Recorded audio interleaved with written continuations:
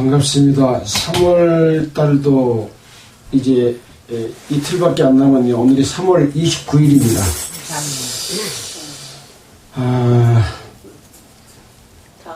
미국과 이스라엘이 이란을 공격하고 중동으로 인한 전 세계의 여러 가지 혼란들이 초래되고 있고, 지금 뉴스에서는 휴전을 하니 어쩌니 하는 이런 일들이 진행되고 있는데, 아무튼 이런 모든 일들은 하나님의 백성 이스라엘이 성경에 예언되어 있는 내용대로 진행되어 가고 있는 과정이다 하는 말씀을 드렸고, 그래서 이스라엘은 자기 민족을 말살하려고 하는 그 이란을 비롯한 주변의 적대국들을 향해서 그 근원까지 없애버리려고 하는 강력한 지금 전쟁을 하고 있는 그런 상황이고요. 아직 이스라엘 백성들이 자기 땅으로 많은 백성이 아직 안 돌아와 있는 상태여서 언젠가는 이스라엘 어떤 위기가 닥쳤을 때 돌아올 수 있고, 그리고 마지막 전쟁은 그 이후에 일어날 수 있는 일들이다라는 생각을 해보게 됩니다. 우리는 지금 창세기에서부터 에스더까지 공부를 지금 하고 있습니다. 물론 신약성경은 끝냈고요. 그래서 매주 한 장씩 이렇게 기준으로 해서 성경을 공부하고 있기 때문에 이제 에스더부터 말라기까지도 하게 되면 성경 전체를 아주 깊이 있게 우리가 공부한 셈이 됩니다. 어떠한 주제를 가지고 이렇게 말씀을 전하게 되면 전체를 놓칠 수가 있지만, 성경 전체를 한 권 한 권씩 공부하게 되면 하나님의 뜻을 올바르게 이해하고 또 깨달을 수 있다는 점에서 좋은 방법이다라는 생각을 해보게 됩니다. 에스더의 지난주까지 내용을 살펴본다면, 지난주 그러니까 8장 9장에서는 페르시아의 하만 총리가 유다 족속을 진멸하려는 계획을 세웠고, 이것을 유다 백성인 에스더와 모르드게가 활약함으로써 오히려 하만을 나무에 달고 각 도의 백성 중 세력을 가지고 유다 백성을 진멸하려고 했던 자들을 75,810명을 죽였던, 진멸하는, 그러니까 파사에 있는 모든 사람을 죽인 것이 아니라 세력을 가지고 하만의 그 명령을 따라서 유다 백성을 죽이려고 했던 자들을 진멸한 겁니다. 하나님을 대적하는 악한 세력을 진멸하는 것과 같은 내용이죠. 그래서 그 날을 기념해서 아달월 14일을 경절, 경사스러운 날로 삼았다는 내용이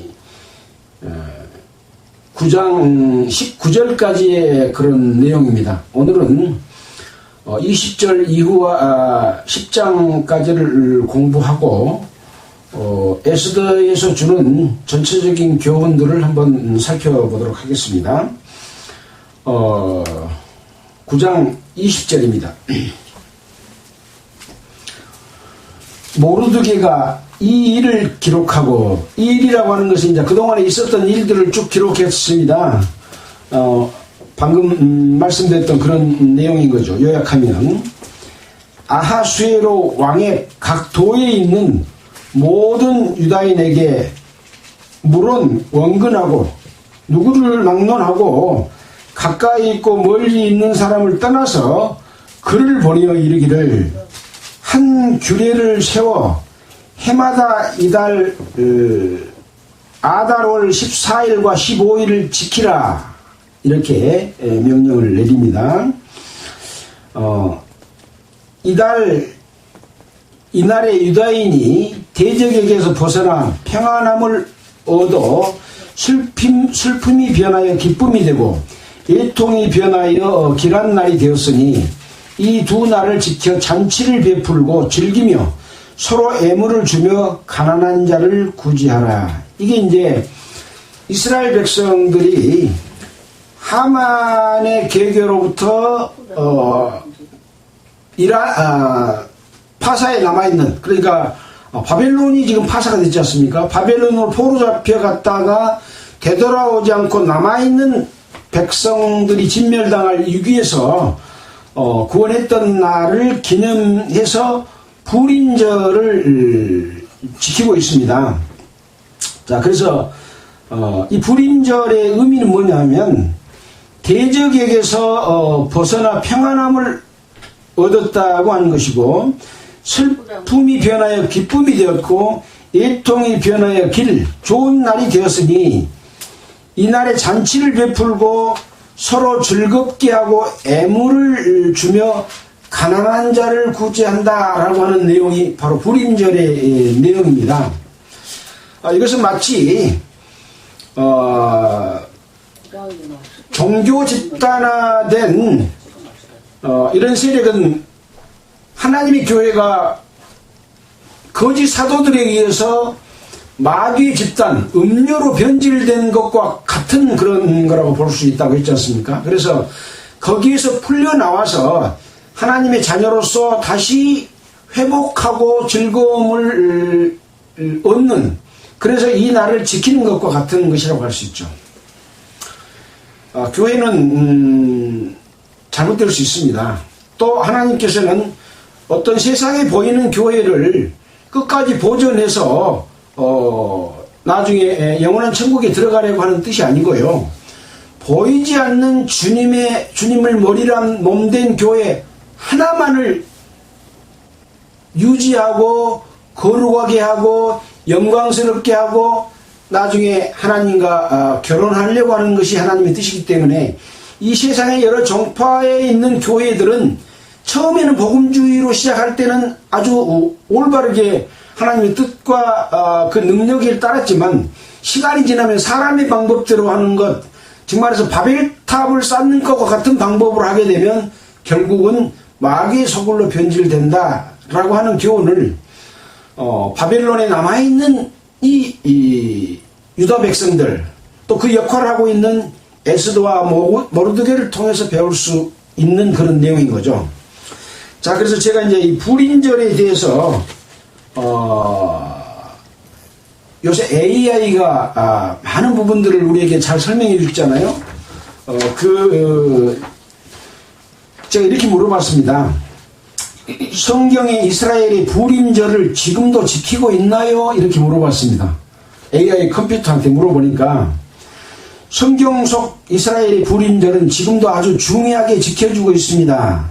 특히 올해는 이란과의 전쟁 중에도 축제를 포기하지 않고 지하 제피소에서라도 기쁨을 나눈 모습이 두드러졌습니다. 그러면서 2026년 불임절 전쟁 중에도 계속된 축제라고 이렇게 제목을 달고 뭐라고 해놨냐면 2026년 불임절 3월 2일 3일은 이란과의 전쟁이라는 초유의 상황 속에서 맞이했습니다. 공습경보가 울리고 대규모 집회가 감지되는 어려움 속에서도 이스라엘 사회는 전통을 지키기 위해 다양한 방식으로 움직였습니다. 대피소로 옮겨간 축제 현장, 당국의 안전을 위해 집회를 금지하자 사람들은 아파트 지하 대피소나 주차장으로 모여 메길라는 뭐냐면 에스더가 기록한 두루마리를 메길라라고 합니다. 메길라를 낭독하고 축제를 즐겼습니다. 한 시민은 비록 최적의 장소는 아니지만 이 모든 이스라엘 민족과 함께 있다는 사실이 중요하다고 말했습니다. 두 번째는 또 예루살렘 하루 늦게 지키는 수산불임. 예루살렘은 성경 속 수산성처럼 성벽에 둘러싸인 도시라는 이유로 다른 지역보다 하루 늦게 불임절을 지킵니다. 올해도 이 전통이 그대로 이어졌습니다. 라고 기록해놨고, 또 미츠바를 잇는 공동체의 노력해가지고 많은 시민들이 전쟁 중에도 어려운 이웃에게 음식과 선물을 전하는 미실로와 마노투와 자선을 베푸는 마타노트라 에비요님 같은 핵심 의식을 포기하지 않았습니다. 자, 불임절의 유래와 간섭해가지고 불임절은 기원전 5세기 페르시아 제국의 악한 신하 하만이 유대인의 말살을 획책했으나 에스더 왕과 모르드게의 활약으로 위기를 극복한 사건을 기념합니다. 오늘까지 이어지는 주요 관습은 다음과 같습니다. 1. 축제와 가장. 하만의 악한 계획이 뒤집힌 사건을 기념하여 모든 것이 뒤집어진 분위기를 표현하기 위해 코스튬을 입고 즐깁니다. 이게 하만이 이스라엘 모르드게를 달려고 했던 것을 뒤집어졌다. 제가 뒤집기 한판이라고 말했잖아요. 그걸 기념하기 위해서 코스튬을 입고 즐깁니다. 두 번째, 사랑 나누기. 친구와 가족에게 음식과 선물을 보내고 어려운 이웃에게는 자선, 마타노트 라에비 요님을 꼭 실천합니다. 세 번째는 축제의 잔치. 가족과 친구들이 모여 풍성한 음식을 나누며 축하합니다. 이날은 성인이 취할 정도로 마시는 것이 관습이지만 올해는 안전을 위해 당국이 절제를 당부하기도 했습니다. 이처럼 부림절은 3000년 가까이 이어져 온 유서 깊은 명절로 현대 이스라엘인들에게도 단순한 종교의식을 넘어 어려운 역경 속에서도 희망과 공동체 힘을 확인하는 중요한 날로 자리 잡고 있습니다. 이렇게 자세하게 부림절에 대해서 AI가 이렇게 설명해 주고 있습니다. 물론 AI는 사람이 아니지만 모든 자료와 기록들을 종합해서 뉴스까지를 포함해서 우리에게 자세하게 알려주고 있는 상황입니다. 그래서 지금 우리가 배우고 있는 이 성경은 비록 3000년 이상 오래된 내용에 대한 기록이지만 이것이 이 역사가 사실이었다고 하는 것을 입증하는 것이잖아요. 그래서 성경은 어떤 다른 종교 경전과 같은 것이 아니라 하나님의 역사가 이스라엘을 통해서 이루어진 내용을 그대로 기록해 놓은 사실적인 역사서다, 이렇게 볼 수 있는 거죠. 성경을 하나님의 말씀이라고 합니다. 성경 전체가 하나님의 말씀이 아니라 이 속에서 역사하시는 하나님의 뜻, 그것이 하나님의 말씀이고 의도인 거죠. 그래서 성경에는 마귀의 말도 있고 또 다른 이방 왕들의 말도 있고 일반 세상 사람들의 말도 기록되어 있습니다. 그건 하나님의 말씀이 아니죠. 그 속에 담긴 하나님의 뜻과 내용이 하나님의 말씀인 거죠. 자, 부림절에 대해서 살펴봤습니다. 23절입니다. 유다인이 자기들의 이미 시작한 대로 또는 모르드게에 보낸 글대로 계속하여 행하였으니, 지금 모르드게가 유다 모든 백성들에게 왕의 조서, 모르드게가 쓴 조서는 왕의 도장을 찍었기 때문에 왕의 조서를 했잖아요. 이것을 유다인들에게 보내서 세력을 가지고 유다인을 죽이려고 하는 자들을 진멸해라, 또 재산도 탈취해도 된다 라고 한 내용을 계속 행하였으니, 곧 아각 사람 함무다다의 아들 모든 유다인의 대적 하만이 유다인을 진멸하기를 꾀하고 부루 곧 제비를 뽑아 저희를 죽이고 멸하려 하였으나, 에스더가 왕의 앞에 나아감을 인하여 왕이 조서를 내려 하만이 유다인을 해하려 하던 악한 꾀를 그 머리에 돌려보내어 하만과 그 여러 아들을 나무에 달게 하였으므로, 하만을 나무에 달고 또 그 자식 10명을 죽여서 거리에 나무에 달도록 했지 않습니까? 그런 일을 하였으므로 무리가 부르의 이름을 쫓아 이 두 날을 부림이라 하고, 유다인이 이 글의 모든 말과 이 일에 보고당한 것을 인하여 뜻을 정하고 자기와 자손과 자기와 화합한 자들이 해마다 그 기록한 정기에 이 두 날을 연하여 지켜 패하지 아니하기로 작정하고, 각 도, 각 읍, 각 집에 대대로 이 날을 기념하여 지키되 부림이를 유다 중에서 패하지 않게 하고 그 자손 중에서도 기념함이 패하지 않게 하였더라. 이렇게 패하지 않고 이 두 날을 불임절을 지키라고 명령했기 때문에 지금 3000년이 지난 지금도 그걸 지키고 있는 겁니다. 역사가 살아 움직입니까? 역사가 중간에 없어졌습니까? 예, 역사가 살아 움직이고 있는 내용이 지금 우리에게 현실로 보여주고 있고, 이 불임절에서 하라고 한 그대로 지금 하고 있는 거예요. 아까 그랬잖아요. 이날을 기뻐 보내고 또 가난한 자들을 돕고 음식을 서로 나누고 축하하고 이런 내용들을 계속 지키고 있는 거죠.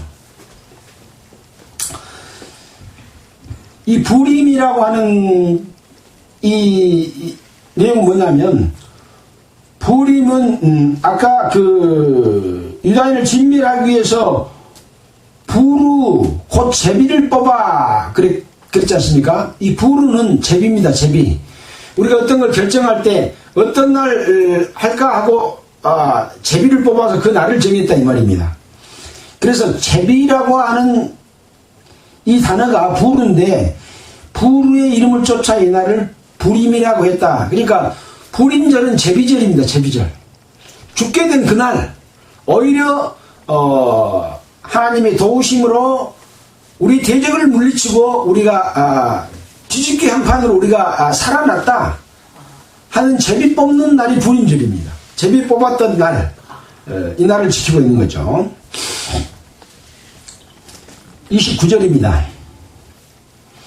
아비하엘의 딸 왕후 에스더와 유다인 모르드게가 전권으로 글을 쓰고 불임에 대한 이 둘째 편지를 굳이 지키게 하되, 이 둘째 편지라고 하는 것은 불임절을 지켜라 라고 하는 내용이 둘째 편지인 거죠.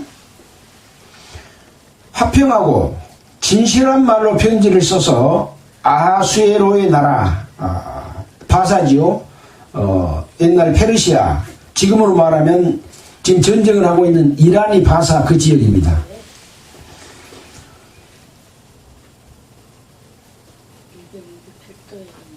지키게 하되, 화평하고 진실한 말로 편지를 써서 아하수에로의 나라 127도에 있는 유다 모든 사람에게 보내어 정한 기한에 이 불임일을 지키게 하였으니, 이는 유다인 모르드게와 왕후 에스더의 명령한 바와 유다인이 금식하며 부르짖은 것을 인하여 자기와 자손을 위하여 정한 바가 있음이더라. 그러니까 이 날의 의미를 정하고 그 정한 그 뜻을 계속 지켜나가자라고 하는 것이 불임절이라고 하는 것이죠. 아까 그랬잖아요. 불임절에 대한 이는 의미에 대해서 뜻을 정하고 자기와 자손과 자기와 화합한 자들이 해마다 그 기록한 정기의 두 날을 연하에 지켜 피하지 않기로 했다. 뜻을 정했다고 하는 것이 굉장히 중요한 내용이죠. 어떠한 뜻을 정했을까요? 지금 유다 백성들이 역대 왕들의 잘못들로 인해서 하나님께서 벌을 내려서 바벨론으로 포로를 잡혀가게 했어요. 물론 이스라엘, 북쪽 이스라엘은 그 이전에 아수르로 포로로 잡혀갔고요. 이렇게 포로로 잡혀가서 3번이나 예루살렘으로 돌아올 기회가 있었는데도 안 돌아오고 바벨론, 그러니까 뒤에 메데파사가 됐잖아요. 메데파사에 포로로 잡혀있는 그 나라에서 있었던 일이기 때문에 이 남아있는 바벨론에 남아있는 유다인들로서는 얼마나 더 귀하고 중요한 내용이겠습니까? 그래서 그런 말씀을 드렸잖아요. 종파가 종교로 변질돼서 복음도 변질되고 교회가 종파의 지도자의 그 교주 형식으로 바뀐 데서 나올 기회가 여러 번 있었지만 못 나오고 있는 사람들이 있잖아요. 그 사람들에게도 하나님을 향한 올바른 마음과 행동과 그들의 잘못된 것을 따르지 않으면 구원받을 기회가 주어지고 또 하나님의 영광을 받을 수 있다라고 하는 것을 보여주는 내용이기 때문에 지금 우리 시대에도 굉장히 중요한 교훈을 주고 있다, 그런 내용이라는 말씀을 드렸습니다.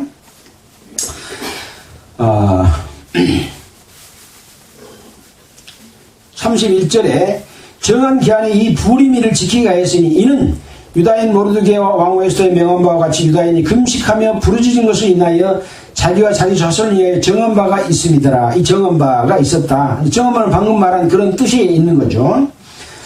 에스더의 명령이 이 부림에 대한 일을 경고히 하였고 그 일이 책에 기록되었더라. 이스라엘의 역사에도 다 기록이 되어 있는 이 불임절인 거죠. 자, 이것으로서 9장 내용을 끝났고 10장은 아주 짧은 내용으로 기록되어 있습니다. 10장 보겠습니다. 아하수에로 왕이 그 본토와 바다섬들로 공을 바치게 하였더라. 왕의 능력의 모든 행적과 모르드게를 높여 존귀케 한 사적이 메대와 바사 열왕의 일기에 기록되지 아니하였느냐.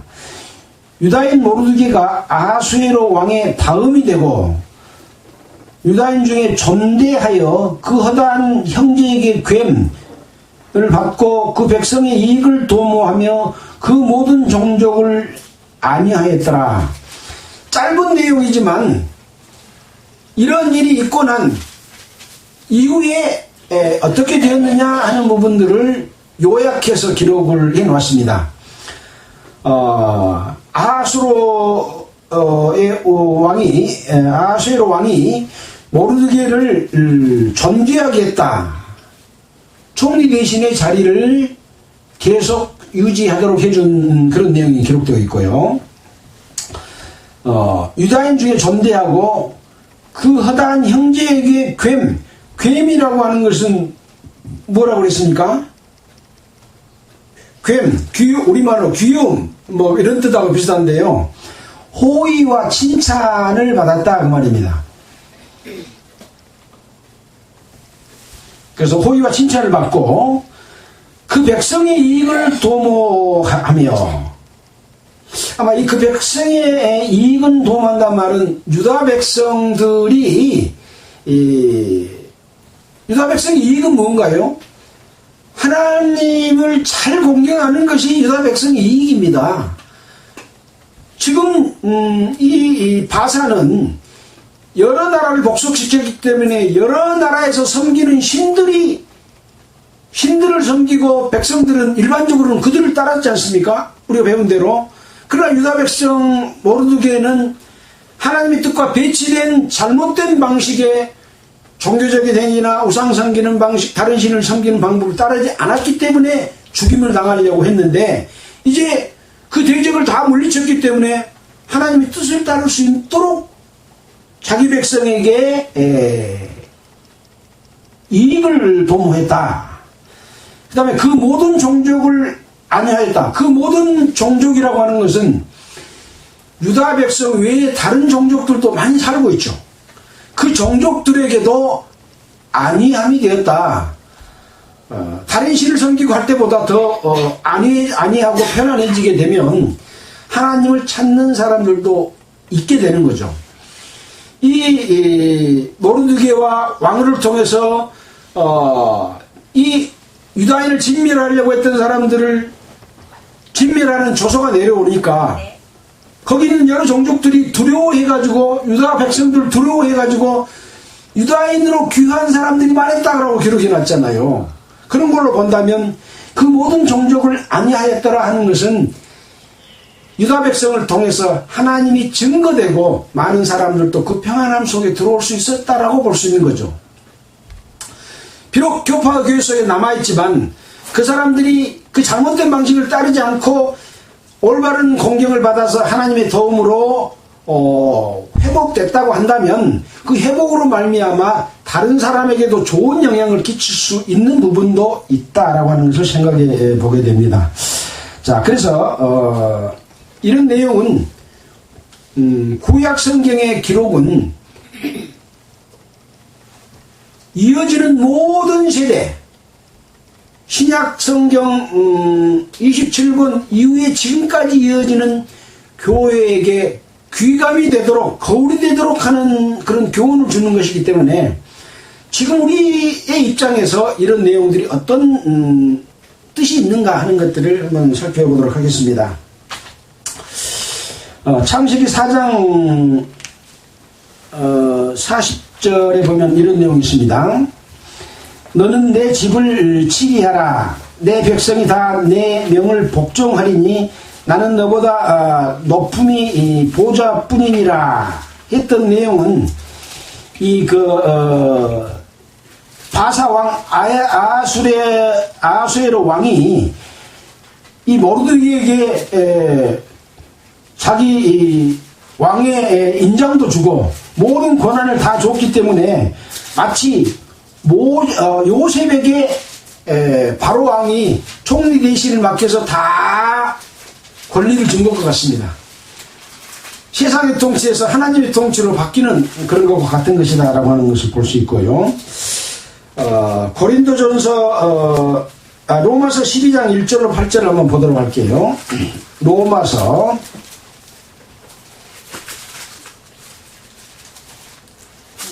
12장 1절입니다.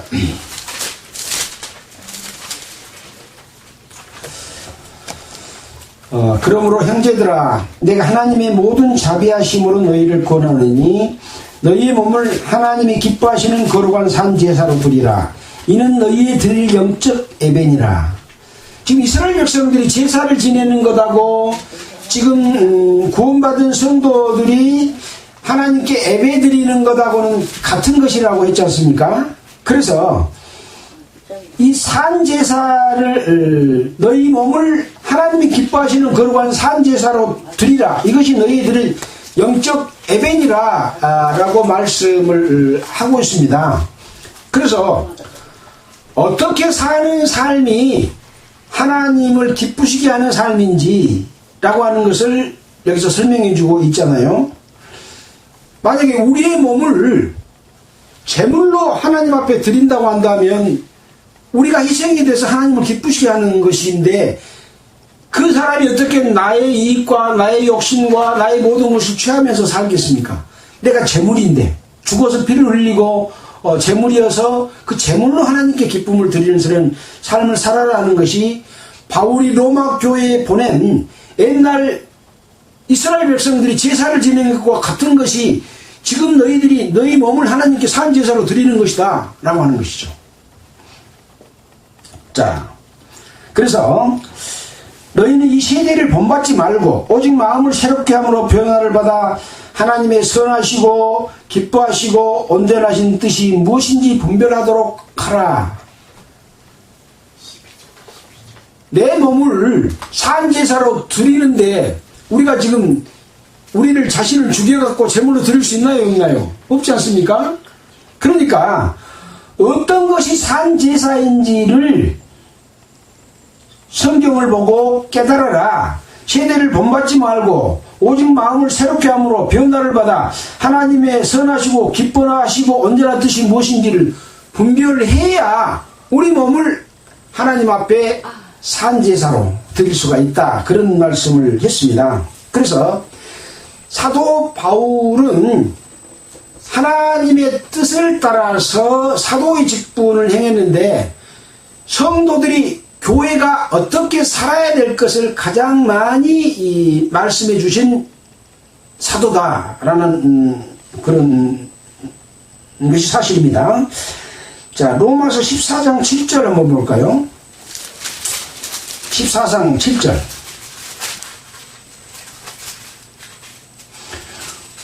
우리 중에는 누구든지 자기를 위하여 사는 자가 없고 자기를 위하여 죽는 자가 없도다. 그러니까 이 로마 성도들에게 사도 바울이 한 말이 우리 중에는 누구든지 자기를 위하여 사는 자도 없고 자기를 위하여 죽는 자가 없다. 오직 우리가 살아도 주를 위하여 살고 죽어도 주를 위하여 죽나니 그러므로 사나 죽으나 우리가 주의 것이로다. 왜 주의 것입니까?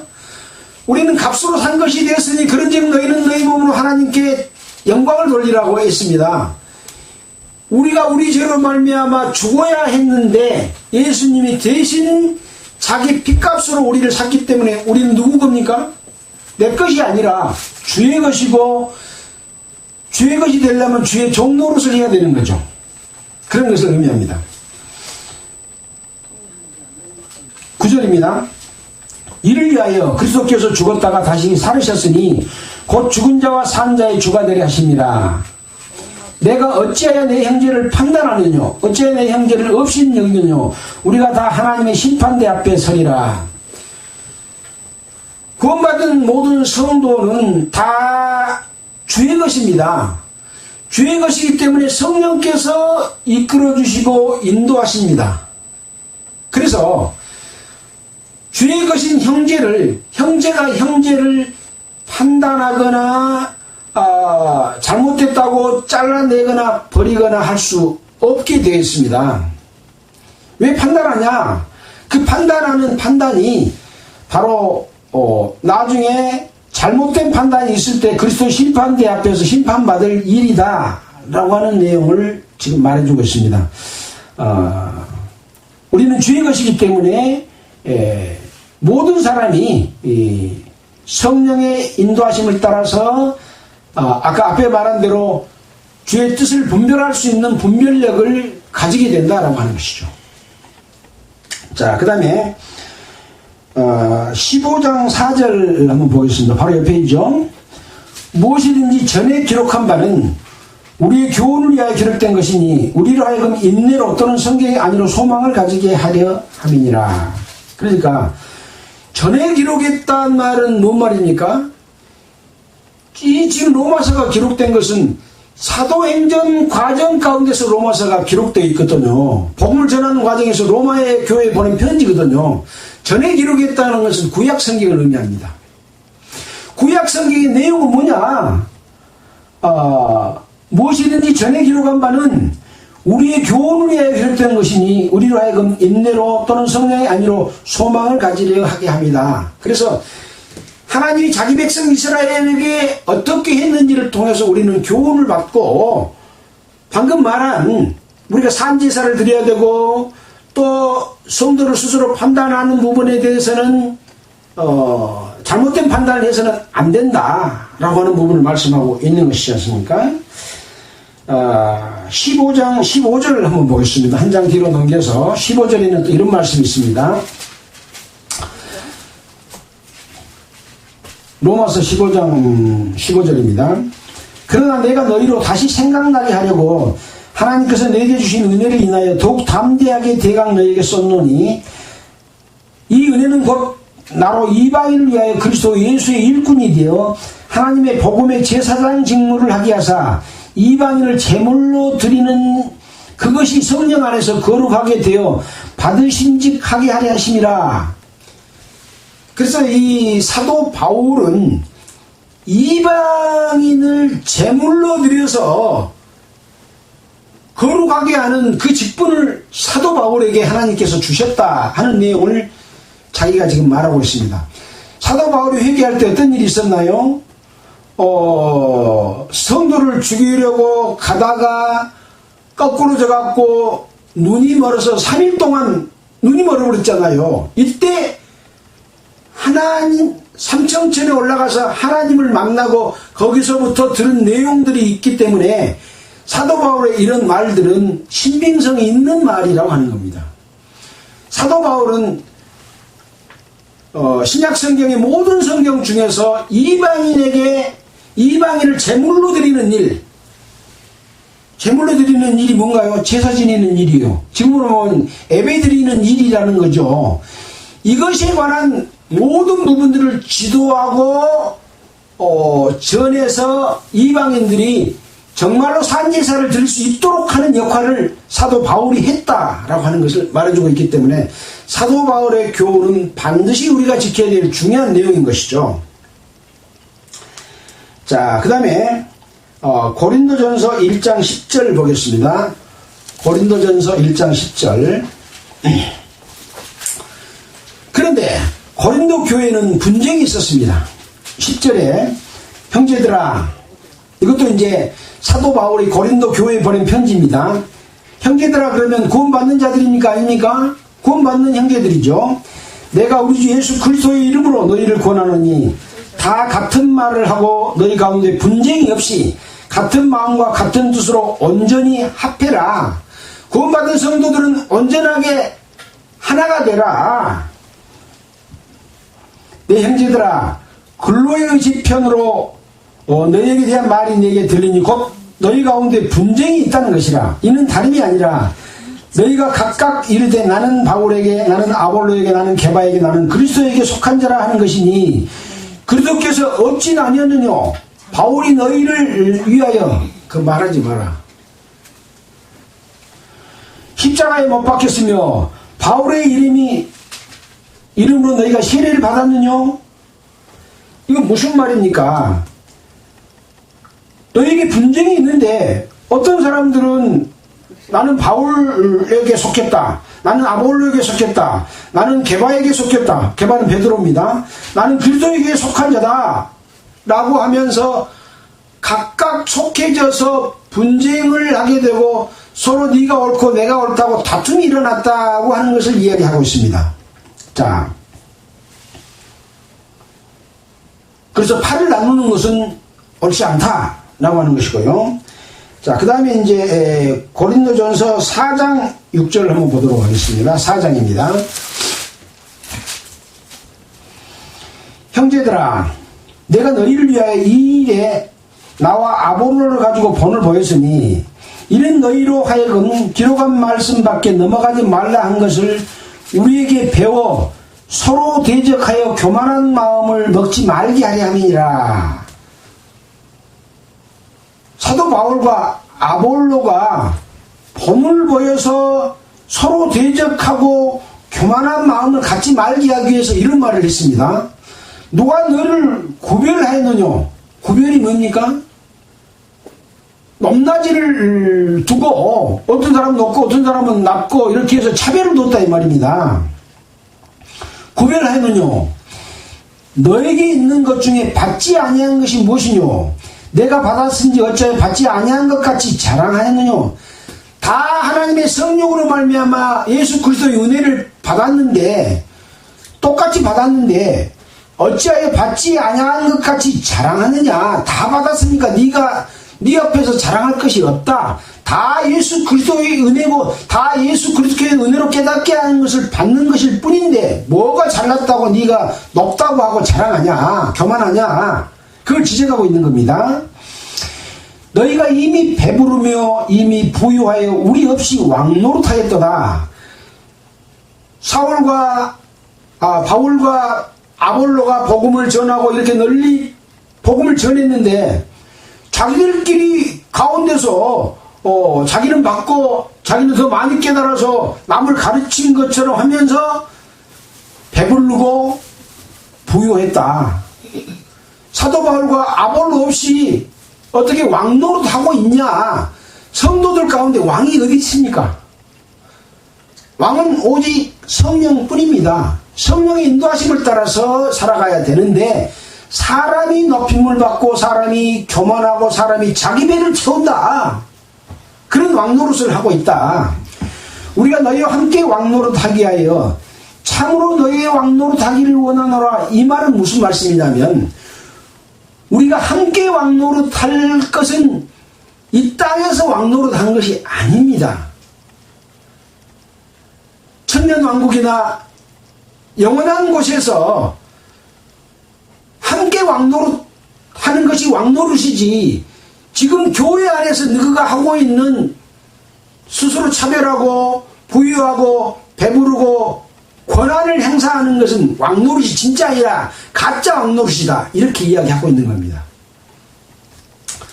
자, 그러면서 내가 생각하건대 하나님이 이 사도인 우리를 죽이기로 작정한 같이 미말에 두셨음에 미말은 무엇입니까? 아주 끄트리에다가 뒀다. 제일 낮은 자리에 뒀다. 우리는 세계 곳 천사와 사람들에게 구경거리가 되었다. 어떤 구경거리냐? 우리는 그리스도의 연고로 미련하되 너희는 그리스도 안에서 지혜롭고 우리는 약하되 너희는 강하고 너희는 정결하되 우리는 비천하여 바로 이 시간까지 우리가 줄이고 목마르며 헐벗고 매맞으며 정처가 없고 수고하여 친손으로 일을 하며 후욕을 당한 즉 축복하고 핍박을 당한 즉 참고 비방을 당한 즉 권면하니 우리가 지금까지 세상의 더러운 것과 만물의 찌꺼기같이 되었도다.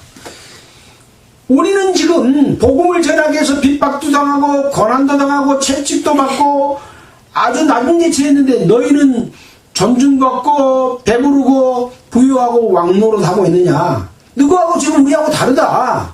너희는 지금 가짜 왕노릇을 지금 왕노릇하고 있는 거고 진짜 왕노릇은 지금의 왕노릇이 아닌 우리처럼 이렇게 하는 것이 왕노릇할 것이다. 교회 안에서 왕노릇하면은 나중에 상급이 없습니다. 그런 걸 이야기하고 있는 거예요. 만물의 찌개같이 되었다. 내가 이것을 너희를 부끄럽게 하려고 쓴 것이 아니라 오직 너희를 내 사랑하는 자녀같이 권하려 하는 것이라. 그리스도 안에서 1만 스승이 있으되 아비는 많지 아니하니 그리스도 예수 안에서 복음으로서 내가 너희를 낳았다. 교회 안에는 다 스승입니다. 성도들을 통해서 내가 배워야 될 스승이지만 복음으로 나왔다고 하는 말은 무엇인가요? 예수 그리스도 복음을 전함으로 말미암아 그 전함으로 깨달음을 받으면 복음으로 나왔다 이렇게 말을 하고 있는 겁니다. 사도 바울은 직접 전해서 깨닫게 한 사람도 있었기 때문에 그들에게는 내가 아비라고 말할 수 있다 라고 하는 이런 말을 하고 있는 겁니다. 복음으로서 내가 너희를 낳았다 라고 말하고 있는 거죠. 이 복음으로 나왔다고 하는 것은 바울이 낳은 것이 아니라 성령으로 나왔다라고 하는 말을 이렇게 표현하고 있습니다. 그 전도자의 역할을 했기 때문에. 자, 그래서 그러므로 내가 너희에게 권하니 너희는 나를 본받는 자가 되라. 얼마나 사도 바울이 하나님의 뜻에 합당하게 자기 자신을 거룩한 산제사로 드리고 있기 때문에 너희들은 나를 본받아라 라고 말하고 있는 거죠. 지금 종교 집단의 각 종파의 교주나 목사나 장로나 집사나 이런 직분을 가진 사람들이 사도 바울이 말한 내용대로 이렇게 하고 있느냐 하는 것을 우리는 고린도전서, 고린도후서, 여러 가지 서신들을 디모데전서 이런 것들을 통해서 에베소서, 빌립보서, 갈라디아 이런 것을 통해서 제대로 하고 있느냐를 살펴보고 잘못됐으면 반성하고 돌이켜야 된다고 하는 것을 지금 이야기해주고 있는 그런 내용이라고 볼 수 있습니다. 자, 그 다음에는 고린도 전서 9장 12절을 보겠습니다. 고린도전서 9장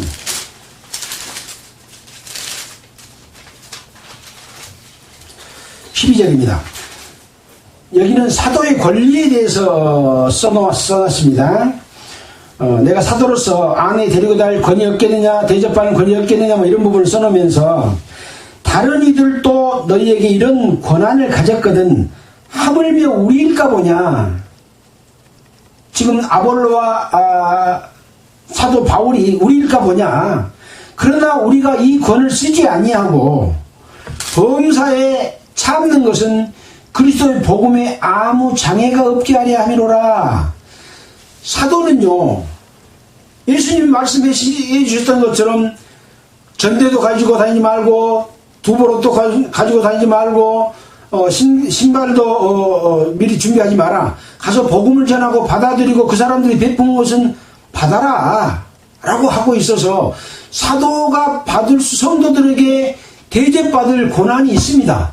근데 바울과 아볼로는 이런 권한을 쓰지 않고 참는 것은 그리스도의 복음에 아무 장애가 없게 하려 합니다.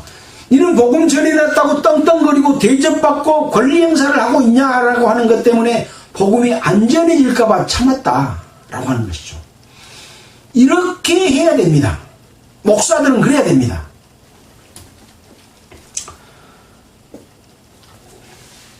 자, 뒤에 보면 이런 말을 하고 있습니다. 이와 같이 복음을 전하는 자들이 복음으로 말미암아 살리라 명하셨다. 그러나 이것을 하나도 이 권한을 쓰지 아니하였고 이 말을 쓰는 것은 내같이 나한테 이렇게 해달라고 하는 것이 아니라 내가 차라리 죽을지언정 누구든지 내 자랑하는 것을 헛된 도로 돌리지 못하게 하려 합니다. 내가 이렇게 권한을 쓰지 않고 복음 위에서 살았다고 하는 것 자체도 자랑함으로 말미암아 헛되게 하지 못하도록 오직 복음을 전해주는 데만 이렇게 쓰이도록 하려고 한 것이다. 내가 복음을 전할지라도 자랑할 것이 없으면 내가 부득불할 일이야. 당연히 해야 될 일이다. 만일 내가 복음을 전하지 아니하면 내게 화가 있을 것이다 라고 말하고 있습니다. 내가 임으로 이것을 행하면 상을 얻으려니와 임으로 아니한다 할지라도 나는 직분을 맡았다 라고 하는 것이죠. 그러면서 중요한 말씀을 합니다. 그러면 바울의 상은 무엇이냐? 내 상이 무엇이냐? 내가 복음을 전할 때 값없이 전하고 복음으로 인하여 내게 있는 권한을 다 쓰지 않은 이것이 곧 나의 상이다. 바울의 상은 이 땅에서 받는 것입니까? 나중에 천년 왕국에서 받을 상입니까? 이 땅에서 받을 상이 아닙니다. 나중에 받을 상입니다. 천국에서 받을 상입니다. 이것이 진짜 상이다. 아까 말한 진짜 왕노릇이다. 그런 내용을 지금 이야기하고 있는 겁니다. 자, 고린도전서 10장 12절을 한번 보겠습니다. 10장 12절에는 이런 말씀이 있습니다.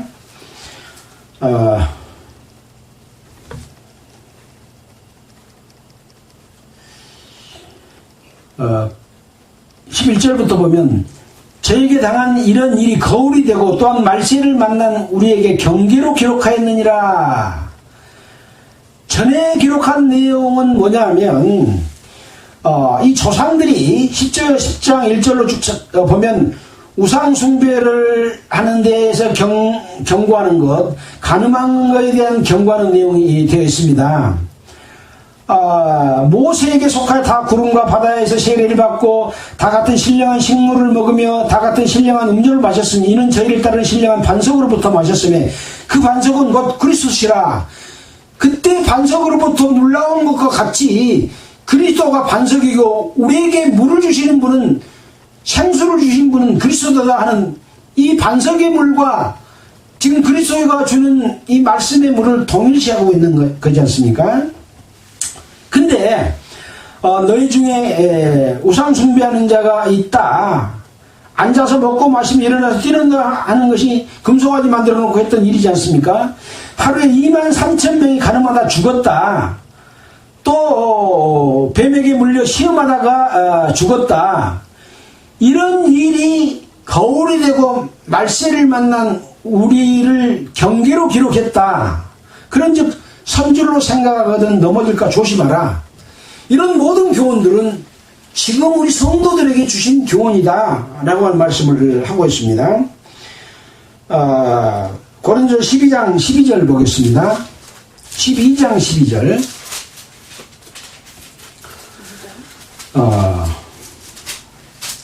우리 몸은 하나인데 많은 지체가 있고 몸은 지체가 많으나 한 몸인 것 같이 그리스도도 그러하니라. 우리가 유대인이나 헬라인이나 종이나 자유자나 다 한 성령으로 세례를 받아 한 몸이 되었고 또 다 한 성령을 마시게 하셨느니라. 방금 말한 생수가 바로 예수님의 말씀으로 말미암은 우리에게 주는 은혜지 않습니까? 근데 만일 발이 나는 손이 아니라 몸에 붙어있지 아니었다. 또 귀가 이르되 나는 눈이 아니니 몸에 붙지 아니하였다 할지라도 이로 인하여 몸에 붙지 아니한 것이 아니다.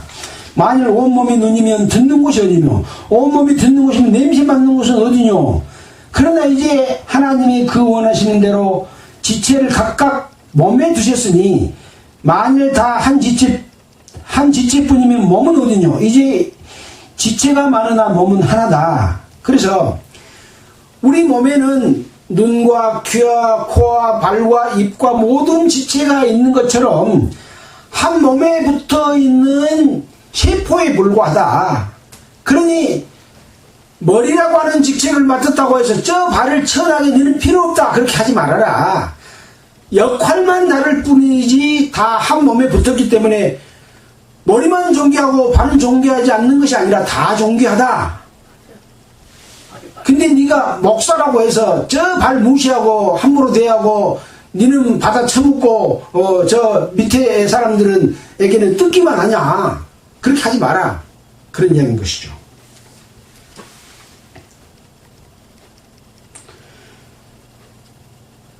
고린도후서 6장 14절입니다.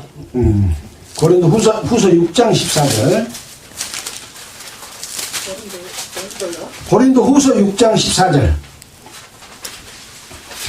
너희는 믿지 않는 자와 멍에를 같이 하지 말라. 의와 불법이 어찌 함께하며 빛과 어둠이 어찌 사귀며 그리스도와 벨리알이 어찌 조화되며 믿는 자와 믿지 않는 자가 어찌 상관하며 하나님의 성전과 우상이 어찌 일치가 되리요. 우리는 살아계신 하나님의 성전이라. 이와 같이 하나님께서 가라사대 내가 너희 가운데 거하며 두루 행하여 나는 저희 하나님이 되고 너희는 나의 백성이 되리라 하셨느니라. 그러므로 주께서 말씀하시기를 너희는 저희 중에서 나와서 따로 있고 부정한 것을 만지지 말라. 어쩐다고요? 방금 사도 바울이 말한 그런 잘못된 행위를 한 자들과 함께 있는 것은 믿지 않는 자와 멍에를 같이 하는 것과 같다. 어떻게 의와 불법이 함께하며 빛과 어둠이 함께 사귀며 믿는 자와 믿지 않는 자 그리스도와 벨리알이 어찌 조화되겠느냐. 그러므로 너희는 살아계신 하나님의 성전이고 한 몸이기 때문에 저희 중에서 나와 따로 있고 부정한 것을 만지지 말아라. 교회가 변질되고 부패되고 우상 섬기고 사람의 방법대로 예배를 드리고 있으면 함께 있으면 안 된다 라고 말하고 있는 것이 사도 바울의 이방인을 제물로 드리기 위한 하나님이 받은 심직한 제물로 드리기 위한 방법으로서 이렇게 제시를 하고 있다. 그런 내용입니다. 시간이 없어서 더 찾아보기가 어렵고 그래서 하나님께서는 사도 바울을 통해서 구약 성경의 교훈을 받아서 구원받은 성도는 예수 그리스도의 것이기 때문에 하나님께 영광을 드리고 우리의 몸을 거룩하게 산제사로 드리는 것이 영적 예배인데 이렇게 하는 것은 안 된다. 거기서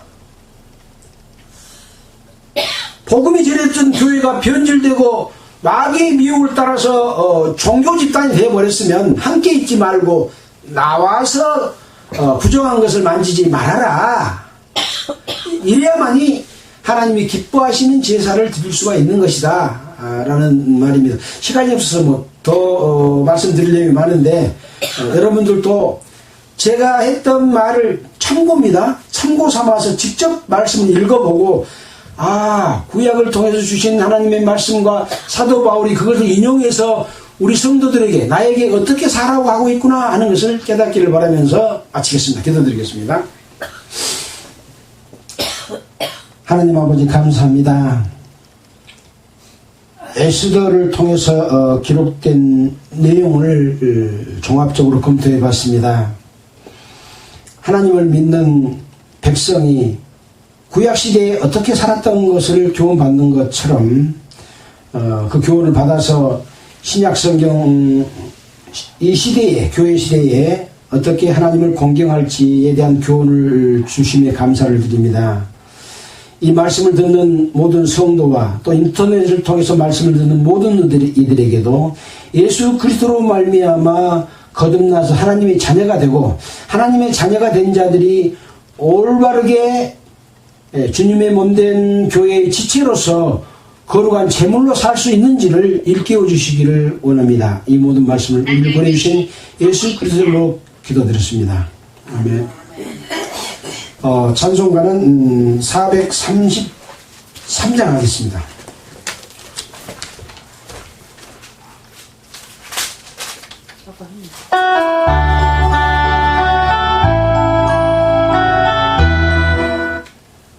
(432장입니다) 30.